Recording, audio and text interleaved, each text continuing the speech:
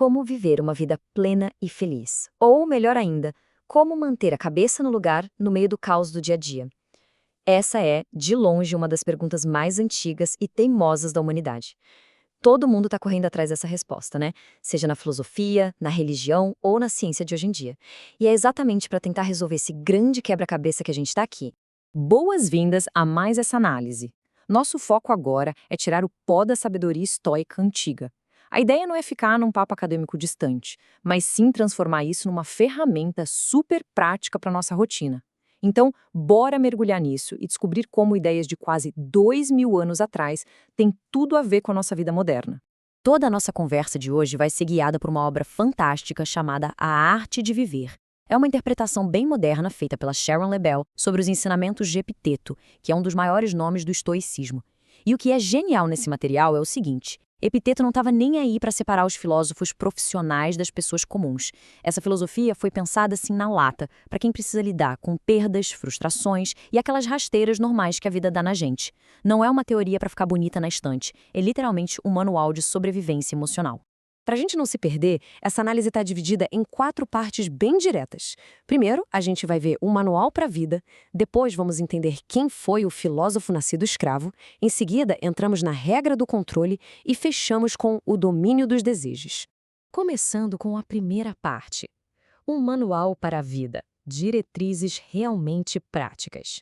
Olha que coisa curiosa, Epicteto falava muito bem, mas ele mesmo nunca deixou uma linha escrita. Toda essa sabedoria teria evaporado no tempo se não fosse por um aluno muito dedicado chamado Flávio Arriano. Foi ele quem anotou freneticamente as aulas do mestre. E foi assim que surgiu o Enchiridion, ou simplesmente o manual. E o formato dele é incrível. Esse manual foi construído nos moldes dos manuais militares romanos da época. Ele é tão direto ao ponto, tão sem frescura, que generais e soldados literalmente carregavam o livro para os campos de batalha. A ideia era usar as táticas dele para não perder a sanidade e o foco no meio do caos absoluto da guerra. E é justamente desse manual tático para a alma que a gente tira essa reflexão fortíssima. Primeiro, diga a si mesmo o que você deveria ser. Depois, faça o que tem de fazer. Pensa um pouco sobre isso. O estoicismo não é de ficar cruzando os braços e pensando na vida. Ele cobra atitude. A ideia é que o caráter é moldado na prática, com mudanças de comportamento reais, e não num debate intelectual infinito que não leva a lugar nenhum. O que nos leva à parte 2. O filósofo nascido escravo. A história por trás do mestre. Agora, o que é muito interessante de observar aqui é a origem do Epicteto, porque isso dá um peso gigante para tudo que ele ensinou.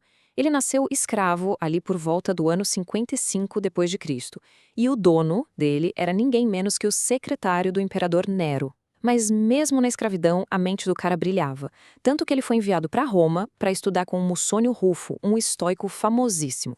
Depois de conquistar a própria liberdade e virar professor, a vida deu mais uma guinada pesada em 94 d.C., quando o imperador Domiciano expulsou os filósofos de Roma. Aí ele foi para o exílio, em Nicópolis, e abriu a própria escola. Ele chegou a dar aula para o jovem Marco Aurélio, que mais tarde virou imperador e escreveu o clássico Meditações, de escravo a exilado e depois mentor das mentes mais poderosas de Roma. Ou seja, quando esse cara fala de resiliência, ele sabe muito bem do que está falando. E com essa montanha-russa de vida, o que será que ele concluiu sobre a felicidade? Bom, para Epicteto, a felicidade é definida puramente como uma vida virtuosa.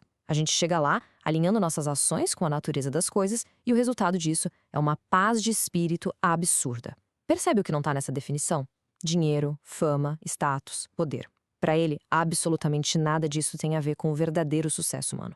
O foco total é a excelência moral, que é algo que sinceramente está ao alcance de qualquer pessoa, não importa a situação. E isso abre caminho para a parte 3, a regra do controle, o grande coração do estoicismo. É até chocante pensar que esses insights antigos formam, na verdade, a base da psicologia cognitivo-comportamental moderna, além de ser o espelho da famosa oração da serenidade. Então, o ponto crucial é o seguinte: a gente precisa dividir a realidade em 2 caixas bem claras. De um lado tem o que está sob nosso controle, as nossas opiniões, as nossas aspirações, os nossos desejos e as coisas que nos causam aversão. Do outro lado da balança está o que não temos controle nenhum. O tipo de corpo com que nascemos, o saldo na conta bancária, a opinião dos outros sobre nós e a nossa posição na sociedade. Não conseguir perceber a fronteira entre essas 2 coisas é a causa raiz de praticamente toda a ansiedade humana. Se a gente tenta controlar o que é incontrolável, a conta chega na forma de aflição, angústia e uma vida toda bagunçada. As coisas externas são super frágeis, né? Elas dependem de sorte, das circunstâncias ou de como o outro acordou de manhã. Amarrar sua paz de espírito ou seu valor pessoal a coisas tão instáveis assim é garantir um futuro de pura frustração e medo. O que nos leva direto para a parte 4, o domínio dos desejos. A hora de colocar a casa interna em ordem. Falar na teoria é muito bonito, claro. Mas e na hora do aperto? Quando a mente entra em parafuso diante dos problemas do dia a dia?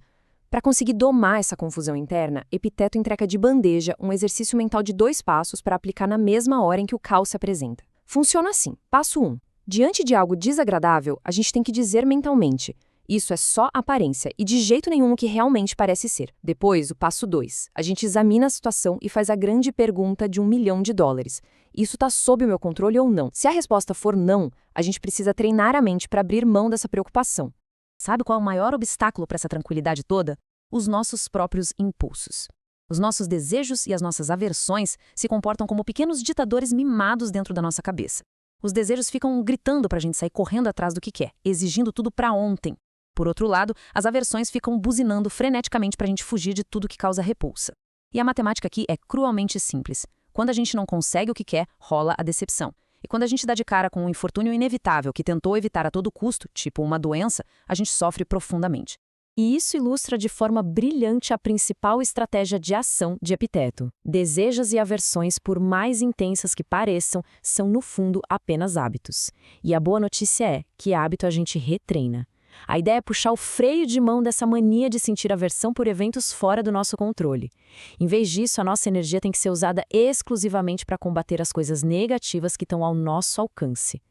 Se a gente tenta suprir um desejo incontrolável, a decepção é garantida. E pior ainda, a gente acaba negligenciando as áreas da vida onde realmente temos poder de ação e de mudança. Para a gente amarrar e resumir a essência pura desse manual da vida, não existe citação melhor do que essa.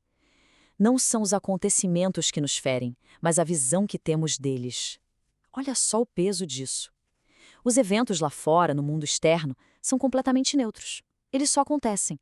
É a nossa interpretação, o nosso julgamento mental e a história que a gente conta para nós mesmos que abrem a verdadeira ferida emocional. Chegamos ao fim da nossa jornada pelos ensinamentos desse filósofo extraordinário. E fica aqui uma provocação para a gente levar para a vida agora mesmo.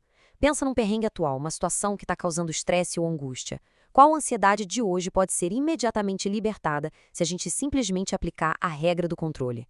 Se o problema vem de fora e é incontrolável, que a serenidade permita que a gente aceite a situação. Mas se está sob nossa responsabilidade, que a gente tenha a coragem de arregaçar as mangas e agir. Muito obrigado por acompanhar mais essa análise e até a próxima.